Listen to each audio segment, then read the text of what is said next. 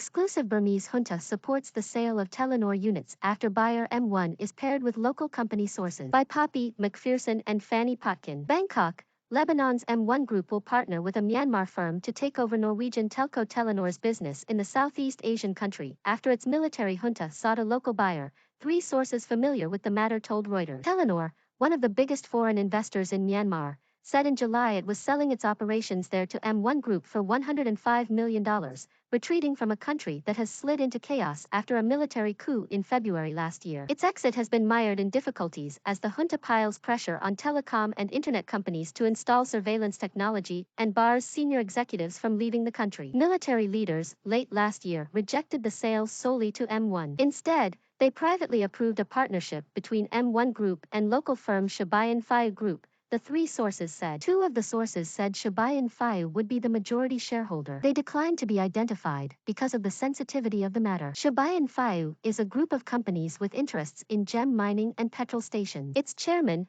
Thanh Nguyen Zaw, is a director of Mahar Yoma Public Company, part of a consortium that has a stake in the military-owned telco mired, corporate records show. He did not respond to a request from Reuters for comment on the sale and his links to the military. An October order from the office of junta leader Min Aung Hlaing seen by Reuters instructed officials at the Ministry of Transport and Communications, the regulatory body, to reject the sale to M1 Group, which is owned by the family of Lebanese Prime Minister Najib Mikati. The order did not state a reason why, but the sources familiar with the matter said the junta favored a local buyer. Representatives of M1 Group, which is based in Beirut, did not immediately answer phone calls by Reuters seeking comment. A junta representative did not respond to requests for comment. The decision was not made public and one person briefed on the matter said it was not conveyed to Telenor. A spokesperson for Telenor said it was waiting for a response to its application for regulatory approval of the sale and declined to comment further. In November, Reuters reported that several Myanmar firms had expressed interest in buying Telenor Myanmar's operations and that M1 had held talks with Shwe Byain Phyu about a partnership. The two firms made a joint proposal to take over the Telenor unit that was accepted by the junta leadership a month later,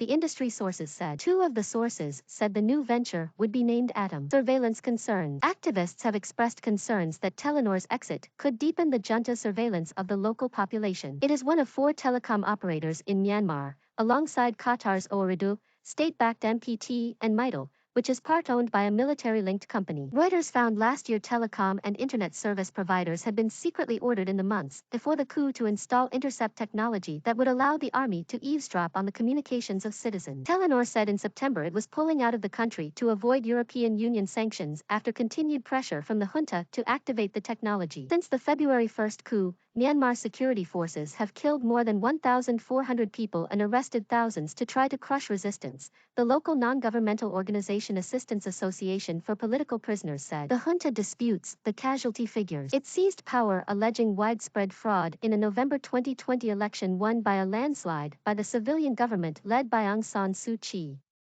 International and local monitoring groups said there were no major irregularities with the vote. The junta has imposed nationwide and regional shutdowns of mobile data, making it harder for pro-democracy activists to organize protests. It also issued a confidential order in July restricting senior foreign telecom executives from leaving the country without permission.